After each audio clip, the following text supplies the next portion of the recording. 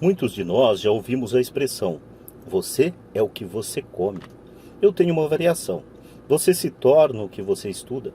Em outras palavras, seja cuidadoso com o que você estuda e aprende, porque sua mente é tão poderosa que você se torna aquilo que você põe em sua cabeça. Por exemplo, se você estuda culinária, você tende a ser cozinheiro. Se não quer continuar sendo cozinheiro, precisará estudar outra coisa. Digamos, um professor. Depois de estudar para o magistério, você muitas vezes se torna professor. E assim por diante. Escolha cuidadosamente o que você estuda.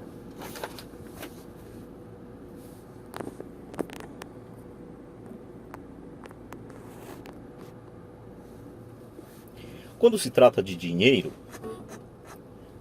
as massas têm uma fórmula básica aprendida na escola. E essa é: trabalhe pelo dinheiro. A fórmula que vejo predominar no mundo é que todos os dias milhões de pessoas acordam e vão trabalhar. Ganham dinheiro, pagam contas, conferem seus talões de cheque, compram alguns fundos mútuos e voltam ao trabalho. Essa é a fórmula, ou receita básica.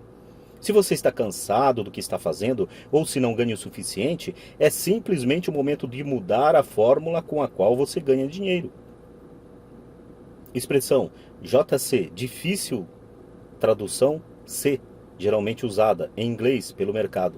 Refere-se a negócio entre pessoas que estão por dentro. Administradores ou membros do conselho de sociedades anônimas de capital aberto que compram ou vendem ações da própria empresa. Em geral, com conhecimentos do que ocorre nas empresas, mas não vêm a público. NT. Quando eu tinha 26 anos, fiz um curso de fim de semana chamado Como Comprar Imóveis Executados Judicialmente. Aprendi a fórmula. O passo seguinte foi ter a disciplina para pôr em ação o que eu tinha aprendido. É aí que a maioria das pessoas para. Durante 3 anos, enquanto eu trabalhava na Xerox, passava minhas horas de folga aprendendo a arte de comprar imóveis executados. Ganhei vários milhões de dólares usando essa fórmula. Mas hoje, isto é muito lento e há muita gente que faz o mesmo. Então, depois de ter dominado a fórmula, passei a procurar outras fórmulas. Em muitos dos casos, não usei de forma direta a informação que obtive, mas sempre aprendi algo novo. Já fiz cursos destinados a corretores especializados em derivativos, um curso de negociação de opções de commodities e um curso sobre a ciência do caos. Neste, estava fora de meu ambiente, em uma sala cheia de gente com doutorado em física nuclear e ciência espacial. Contudo, aprendi uma porção de coisas que tornaram meus investimentos em imóveis e ações mais significativos e lucrativos. Muitas instituições comunitárias de ensino superior têm cursos de planejamento financeiro e aquisição de investimentos tradicionais. São lugares ótimos para se começar. Sempre procuro a fórmula mais rápida. É por isso que, com bastante regularidade, faço mais em um dia do que muitas pessoas fazem toda a sua vida. Outra observação secundária. No mundo em rápida mudança de nossos dias, a questão não é tanto o que você sabe, porque, com frequência, o que você sabe já estará ultrapassado. É a rapidez com que você aprende. Esta habilidade não tem preço. Não tem preço para encontrar fórmulas, receitas, se preferir, mais rápidas de fazer dinheiro. Trabalhar arduamente pelo dinheiro é uma fórmula velha nascida nos dias do homem das cavernas. Pague a si mesmo primeiro. O poder da autodisciplina. Número 5. Se você não pode se controlar, não tente ficar rico. Talvez fosse bom entrar para a marinha ou alguma ordem religiosa para aprender a se controlar. É a falta de autodisciplina que leva à falência muitos ganhadores de loteria pouco depois de eles terem ganhado milhões. É a falta de autodisciplina que leva pessoas que acabaram de obter um aumento a comprar um carro novo ou fazer um cruzeiro. É difícil dizer qual dos 10 passos é o mais importante, mas de todos, este é possivelmente o mais difícil de dominar, se já não for parte de sua personalidade. Eu arriscaria dizer que é a falta de autodisciplina que se constitui no fator número 1 a separar ricos, pobres e classe média. Dito de forma simples, pessoas que têm baixa autoestima e reduzida tolerância à pressão financeira não poderão nunca e quero dizer isso mesmo, nunca ser ricas. Como já disse, uma lição aprendida com o pai rico foi que o mundo vai bater em você. O mundo bate nas pessoas não porque as outras pessoas sejam ruins, mas porque os indivíduos não têm controle interno e disciplina. Quem não tem força interior muitas vezes se torna vítima daqueles que têm autodisciplina. Nos cursos para empreendedores onde leciono, lembro constantemente que os participantes não devem focar seu produto, serviço ou atividade, mas o desenvolvimento de habilidades de gestão. As 3 habilidades de gestão mais importantes para se iniciar um negócio próprio são gestão do fluxo de caixa, gestão de pessoal e gestão pessoal do tempo. Diria que essas habilidades de gestão se aplicam a qualquer coisa, não apenas a empreendedores. As 3 têm importância para a forma como você vive sua vida como indivíduo ou como parte de uma família, um negócio, uma organização de caridade, uma cidade ou uma nação. Cada uma dessas habilidades é realçada pelo domínio da autodisciplina. Levo a sério o dito, pague-se a si próprio em primeiro lugar. The Richest Man in Babylon, de George Clason, é onde encontrei a expressão pague-se a si próprio em primeiro lugar. O livro vendeu milhões de exemplares, mas embora milhões de pessoas repitam livremente essa afirmação poderosa, poucas seguem esse conselho. Como eu disse, a alfabetização financeira nos permite ler os números e estes contam a história. Vendo a demonstração de renda e o balanço de uma pessoa, posso ver facilmente se a pessoa que diz pague-se a si próprio em primeiro lugar está praticando o que prega. Uma imagem vale 1000 palavras. Comparemos então as demonstrações financeiras de pessoas que pagam a si mesmas em primeiro lugar e as que não o fazem. O homem mais rico da Babilônia. O livro ensina a investir por meio da história de um rei da Babilônia, que manda o homem mais rico do reino ensinar aos pobres o que fazer. Segundo a história, isso levou o reino a um período de fartura. Pessoas que se pagam em primeiro lugar. Aqui nós temos um esboço onde a pessoa que tem um emprego, ela primeiro reserva um valor a si do que ganha, um percentual fixado pela pessoa, e depois ela paga os impostos.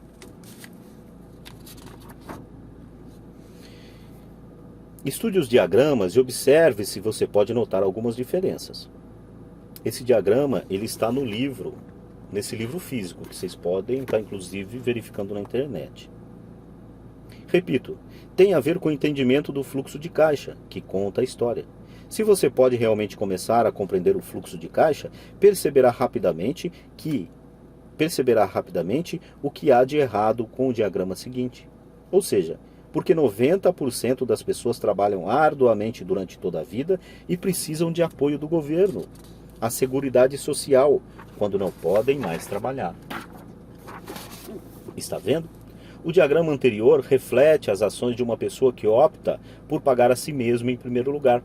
Todo mês, ela destina dinheiro para sua coluna de ativos antes de pagar as despesas mensais.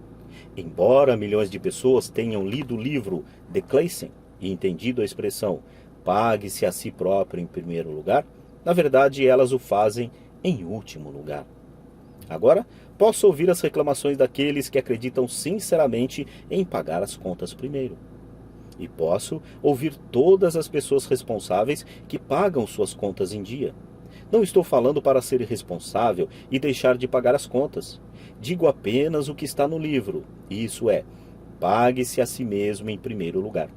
O diagrama anterior é a imagem contábil correta dessa ação, e não a que se segue.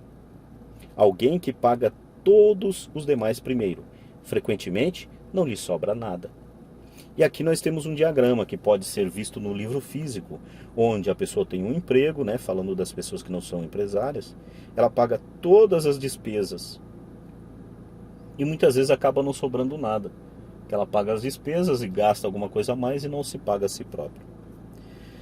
Minha mulher e eu temos tido muito guarda-livros. contadores e gerentes de banco que têm problemas com esta forma de considerar o pague-se a si mesmo em primeiro lugar.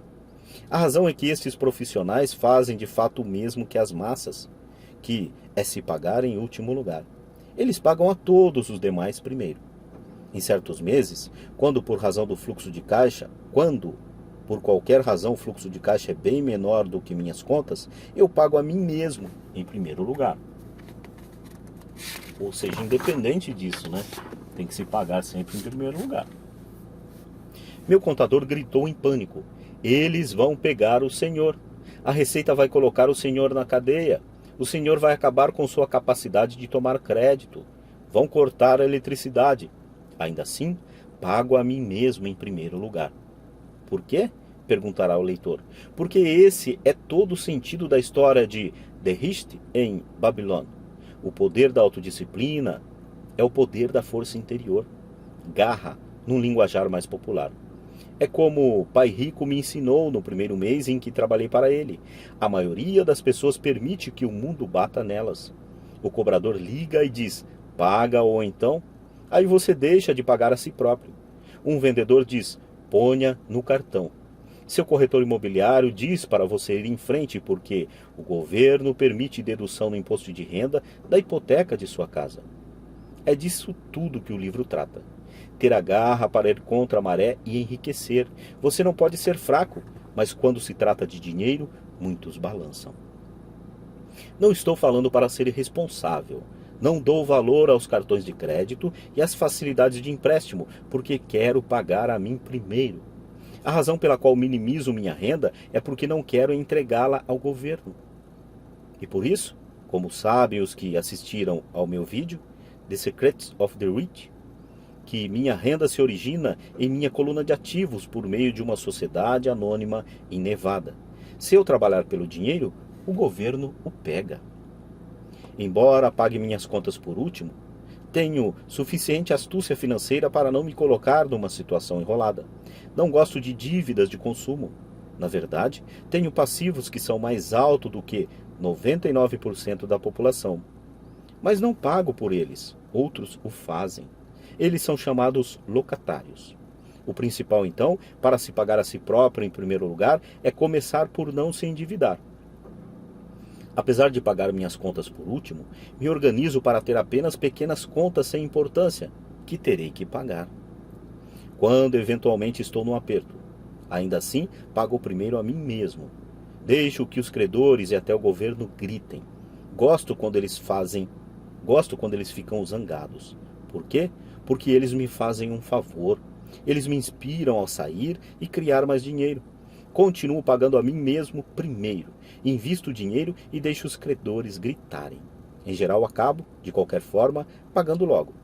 Minha mulher e eu temos excelente crédito. Só que não cedemos à pressão e não gastamos nossa poupança ou liquidamos ações para pagar dívidas de consumo. Isso não é muito inteligente do ponto de vista financeiro. Portanto, a resposta é: 1. Não se endivide demais. Mantenha suas despesas reduzidas. Forme seus ativos primeiro. Então, compre uma casa maior e um carro grande. Ficar preso na corrida dos ratos não é inteligente. 2. Quando apertado de dinheiro, não se afobe, não gaste suas poupanças ou investimentos. Use a pressão para inspirar seu gênio financeiro a descobrir novas formas de ganhar mais dinheiro e então pague as contas. Você terá aumentado sua habilidade de ganhar mais dinheiro, bem como sua inteligência financeira. Assim, muitas vezes tive problemas financeiros e usei meu cérebro para criar mais renda, enquanto defendia firmemente meus ativos. Meu contador gritava e procurava cobertura, mas eu parecia um bom soldado de cavalaria defendendo o forte ativos. Pessoas pobres têm hábitos pobres. Um mau hábito comum é chamado inocentemente de meter a mão na poupança. Os ricos sabem que as poupanças só são usadas para criar mais dinheiro, não para pagar contas. Sei que isso parece cruel, mas, como já disse, se não for internamente resistente, o mundo vai saber sempre bater em você. Se é do tipo que não gosta de pressão financeira, então descubra uma fórmula que funcione para você. Uma boa fórmula é cortar despesas. pôr o dinheiro no banco e pagar mais do que o necessário em imposto de renda, aplicar em fundos mútuos, seguros e esperar sempre resultados médios. Mas isto viola a regra do pague-se a si mesmo primeiro. Este princípio não estimula o autossacrifício ou a abstinência financeira. Não significa pagar a você primeiro e passar fome. A vida foi feita para ser desfrutada. Se você conjura seu gênero financeiro, pode ter todas as boas coisas da vida, enriquecer e pagar as contas, sem se sacrificar. E isso é inteligência financeira. 6. Pague bem aos seus corretores. O poder do bom conselho. Muitas vezes vejo pessoas colocando um cartaz na frente da casa: proprietário vende. Ou vejo na televisão muita gente se anunciando como corretor de desconto. Pai Rico me ensinou a fazer exatamente o contrário. Ele acreditava que os profissionais deviam ser bem pagos e eu adotei a mesma política. Hoje tenho a meu serviço advogados, contadores, corretores de imóveis e de ações caros. Por quê? Porque e destaco o se, as pessoas são profissionais, seus serviços devem render dinheiro para você. E quanto mais dinheiro ganharem, mais eu ganho. Vivemos na era da informação. A informação não tem preço. Um bom corretor deve lhe oferecer informação e dedicar tempo a instruir você. Tenho vários corretores dispostos a fazer isso por mim. Alguns me ensinaram quando eu tinha pouco ou nenhum dinheiro e até hoje trabalho com eles. O que pago a um corretor é pouco em comparação com o dinheiro que posso ganhar em consequência das informações que eles me trazem. Adoro quando meu corretor de imóveis ou de ações ganha muito dinheiro.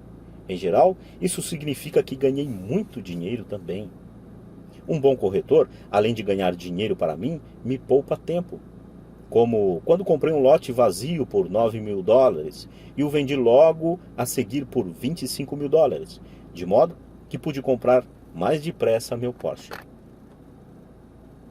Um corretor é seus olhos e ouvidos no mercado. Eles estão lá todos os dias, enquanto eu não preciso estar. Prefiro jogar golfe. Também, as pessoas que vendem suas casas por conta própria não dão muito valor ao seu tempo. Por que eu iria querer deixar de gastar alguns dólares quando posso empregar esse tempo para ganhar mais dinheiro ou para estar com aqueles que amo? O que acho engraçado é que tantas pessoas pobres e da classe média insistem em dar gorjetas de 15% a 20% nos restaurantes por um mau serviço e reclamam de pagar a um corretor algo entre 3% e 7%. Elas gostam de dar gorjeta a pessoas que figuram na coluna de despesa e maltratam as que estão na coluna dos ativos. Isso não é inteligente do ponto de vista financeiro. Nem todos os corretores são iguais. Infelizmente, em sua maioria, são apenas vendedores. E diria que os vendedores de imóveis são os piores. Eles vendem, mas têm poucos ou nenhum imóvel próprio. A grande diferença entre um corretor que vende casas e um corretor que vende investimentos. E o mesmo se aplica a corretores de ações, títulos, fundos mútuos e seguros que se autodenominam de consultores financeiros. Como no conto de fadas, você tem que beijar um monte de sapos para achar um príncipe. Lembre o velho adágio. Nunca chame um vendedor de enciclopédias se você precisa de uma enciclopédia. Quando entrevisto algum profissional pago, procuro primeiro descobrir quantos imóveis ou ações possuem pessoalmente e qual a alíquota de imposto que pagam. E isso se aplica a meus advogados tributaristas, bem como a meu contador. Uma de minhas contadoras tem seu próprio negócio. Sua profissão é a contabilidade, mas seu negócio são os imóveis. Eu tinha um contador que tinha uma pequena empresa de contabilidade, mas não tinha qualquer imóvel. Mudei, porque nós não gostávamos do mesmo negócio. Descubra um corretor que leve a sério seus interesses. Muitos corretores dedicarão seu tempo a instruí-lo e eles podem ser o melhor ativo que você pode encontrar. Seja apenas justo com a maioria deles e eles serão justos com você. Se você se preocupar em cortar suas comissões, então por que eles quererão estar com você? É uma lógica simples. Como disse anteriormente, muitas das habilidades gerenciais é a administração de pessoas.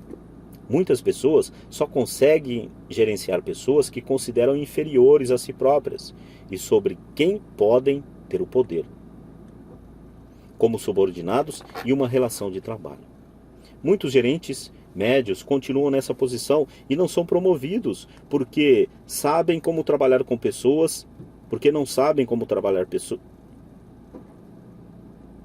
Ou melhor, porque sabem trabalhar com pessoas que estão abaixo delas, mas não com pessoas que estão acima.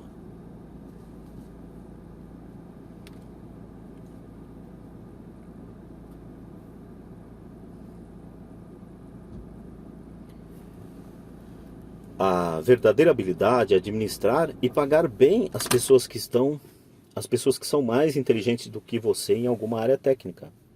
É por isso que as grandes empresas têm conselhos administrativos. Você também precisa de um.